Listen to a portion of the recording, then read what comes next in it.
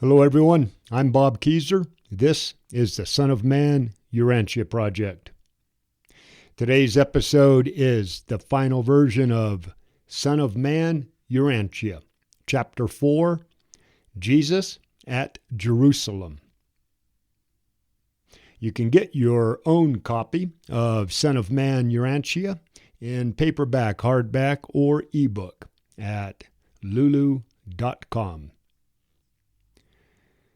Chapter 4, Jesus at Jerusalem. Jesus' first Passover experience was a turning point in his life. In the beginning, his human emotions were at their peak, and he was full of anticipation. But as reality set in, his divine side became disappointed with all that he saw and heard. Jesus had started causing problems in Nazareth even before everyone left for Jerusalem. The Jews considered the Passover a man's event. The women were allowed to go, but since it was not required, they usually stayed home. So at first, Mary had no intention of attending the Passover. But Jesus said to exclude women was wrong, and if his mother did not go to Passover, neither would he. Mary gave in, and because she did, many other women in Nazareth, who normally would not have gone to the Passover, went with her. On the first day of the Passover, he and all of the other Jewish boys had to go through ceremonies where they devoted themselves to God and committed to upholding Jewish law and tradition. According to those laws and traditions, Mary and the other women were not allowed to watch their sons become men. Jesus was not happy with the situation, but other than telling Joseph some of his feelings, he held most of them back until they all returned to Nazareth. Jesus, of course, was still asking his parents many questions about almost everything, but the only answers they could give him were based on Jewish dogma. For Mary, Joseph, and the rest of the Jews, their core belief dominating their existence was that God was an all-powerful being who became angry and punished people who offended him. Jesus resented these types of answers. He knew that there is never a valid reason for anyone to ever fear God. Eventually, Joseph became frustrated with Jesus' attitude and ordered him not to question the Jewish laws anymore. But in this case, Jesus did not give up. He told Joseph that it was not reasonable for people to think that God acted in anger. Jesus explained to Joseph that as his mortal father, he could not love Jesus any more than did God, his divine Father. And if Jesus loved him so much that, if Joseph loved him so much that he did not get angry with him, then how could God, who loves him even more, want to hurt him? Jesus' argument put Joseph in a spot, and neither he nor Mary ever again tried to counter Jesus' belief in the love and mercy of God. Jesus views the temple. The temple complex consisted of many buildings and could hold 200,000 people at once. It was noisy and crowded. Being from Nazareth, Jesus was accustomed to a much smaller temple where everyone knew everyone else. He thought the ceremonies were routine and impersonal, and he saw nothing holy or focused on worshiping God. Vendors were changing money and selling animals, more like it was a public market than a sacred temple dedicated to his Father. The most horrific experience for young Jesus was the priests slaughtering the animals to please God. This butchery happened at a large bronze fountain under a rock ledge in front of the temple altar. So many animals were being massacred that thick rivers of blood flowed down the pavement, and the priests were gory and covered from toe to head in globs of blood. The shrill screams from the herds of terrified animals sickened Jesus, and he convinced Joseph to take him away. He had witnessed enough human barbarism for the day. Jesus and the Passover. That night, Mary, Joseph, and Jesus visited Simon's family in Bethany. They ate lamb for dinner in accordance with the custom for the Passover. This was the first of 7 days of ceremonies, and since it was Jesus' first time attending, he was asked to tell the legend of the Passover for all the guests. Jesus recited the story well, but Mary and Joseph could tell that he was upset with what he had seen at the temple. What neither of them realized was that Jesus was already thinking about changing the Jewish customs and doing away with any belief that killing animals pleased God. It was a restless night for the family. Jesus was distraught at what he had seen, and Mary and Joseph were worried about him resisting Jewish traditions. The next day, Simon's son, Lazarus, took Jesus for a tour of Jerusalem. It was a calmer day for Jesus, and by evening he knew his way around the temple. Jesus was still not yet 13 years old, so he was not allowed to participate in the discussions being held. Not being able to speak kept Jesus' questions at bay, at least for a while.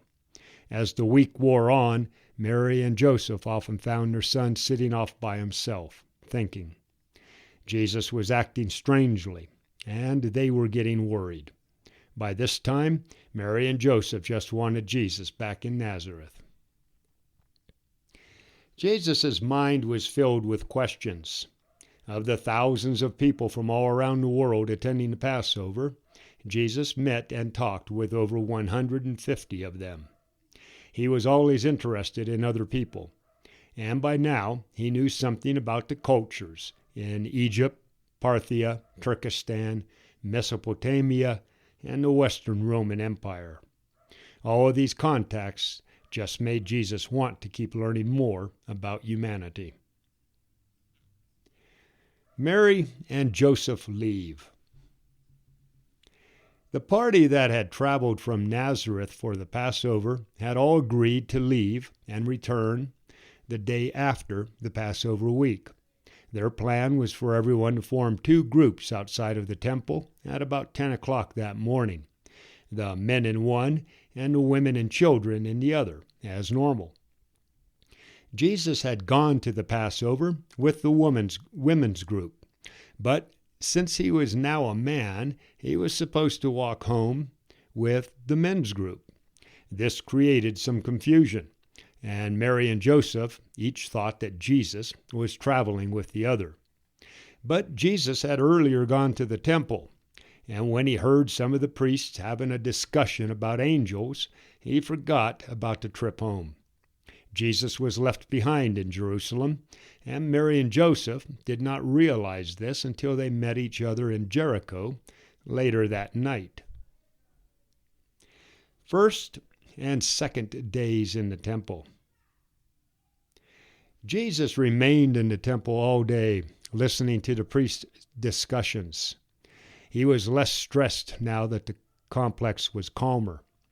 Afterwards, he walked to Bethany and spent the night at Simon's house. The family was happy to see him, but for most of the evening, Jesus kept to himself, meditating in the garden. He had not said anything all day when he was in the temple, because he was still not technically old enough to participate. But now he was determined to speak. On his way to the temple the next morning, Jesus stopped on the brow of Olivet, the ridge where he had been so excited on first seeing Jerusalem. Back then he had been full of joy. Now he cried for his people. On the one hand, they were accountable to the Roman legions. On the other, they were slaves to their religion, with its mean and angry God. Their bondage was complete. Mary and Joseph left Jericho early and returned to Jerusalem looking for Jesus. After they did not find him in town, they spent the night with Mary's relatives. Jesus arrived at the temple before noon. He behaved as required for his age, and then he started asking questions. Most of the priests tolerated this, at least up until Jesus questioned the justice of condemning a Gentile to death just because he had wandered into a supposedly sacred area of the temple when he was drunk. This protest was too much for one of the priests, and he demanded to know Jesus' age. Jesus replied that he was lacking 4 more months before turning 13 years old, but also that he had been consecrated at the Passover and had finished all of his schooling in Nazareth. For most of the teachers, that explained the problem, because instantly they started asking one another if any good ever came out of Nazareth. The leader of the discussion group decided that it was not Jesus' fault that he was in the temple before he was actually 13 years old, but rather the fault of the liberal teachers in Nazareth. They agreed to let Jesus stay and participate. The third day in the temple. By the third day, the word had spread in Jerusalem that there was a young man in the temple asking questions that the rabbis could not answer. When Jesus arrived at the temple that morning, he had an audience, hoping to see him confuse the wise men of the law. Simon had walked in from Bethany, and he was also there. Mary and Joseph were still looking for Jesus, and at one point they were actually in the temple. But it never dawned on them that he would be taking part in the discussions.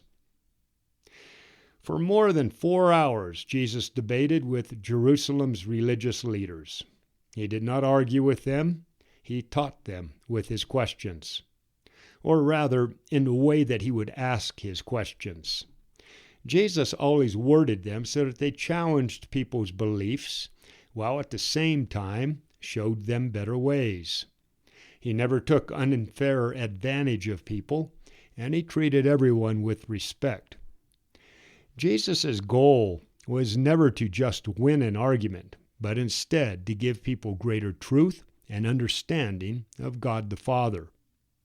By the time the day was over, everyone in the temple was pondering why they separated men and women.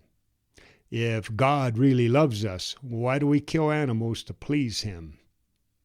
Why can businesses operate in a temple dedicated to worshiping God? And is the Messiah that we are all waiting for supposed to be a king on a material throne, or someone to lead a spiritual kingdom of love? The fourth day in the temple. Jesus was so focused on the talks in the temple that he forgot about his parents.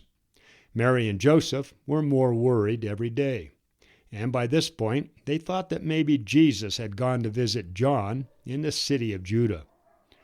But before leaving Jerusalem to see if Jesus was with John, they went to the temple to see if John's father, Zacharias, was there. Instead, they found Jesus. All morning, Jesus had impressed everyone present with his knowledge of the Scriptures, especially for a boy of his age. The rabbis had just started the afternoon round of talks, and Jesus had been invited to sit next to the head teacher and explain his ideas about how to pray. At this point, Mary and Joseph arrived. They were both shocked to see Jesus talking with the men, but Mary was also furious. She busted in on the group and in front of everyone began scolding Jesus. They had been searching for him for 3 days, she said. What was he thinking? Did he not care about them, or that they were worried about him, and on and on?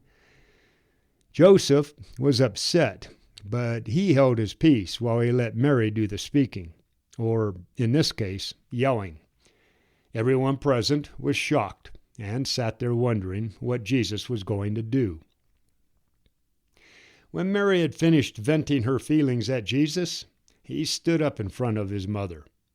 He said that while he was at fault, Mary was also going too far by scolding him in the temple. She was not even supposed to be in the men's area, and he had already been recognized as a son of the law. He was officially a young man. It was not proper for her to be yelling at him in front of everyone, and especially in his Father's temple.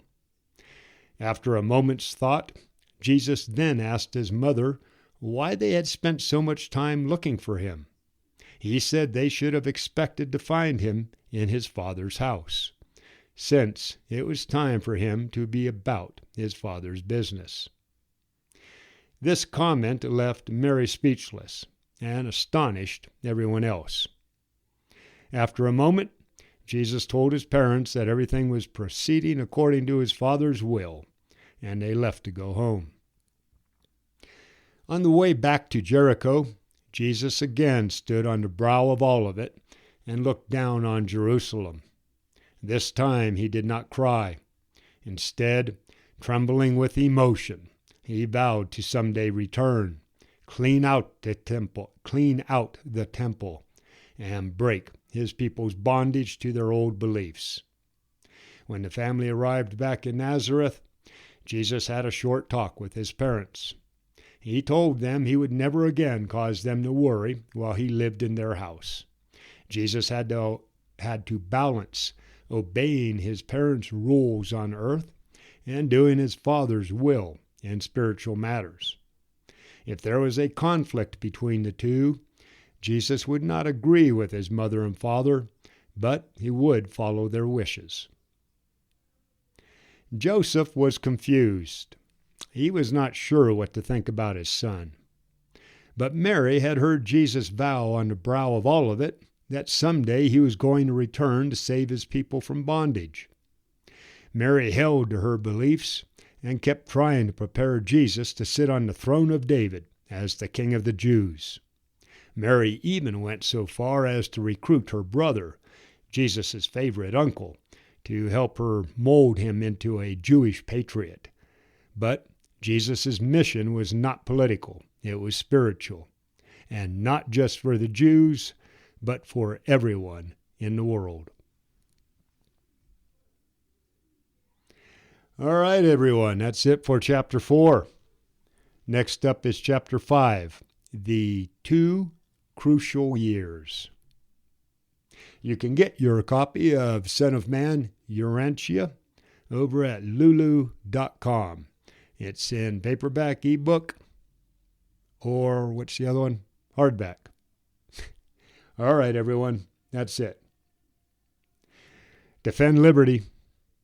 Protect the innocent ones. And get out there and find some way to do something for somebody for nothing more or less than just the sake of God. Godspeed. We got this, folks. Bobby Keyser, out here.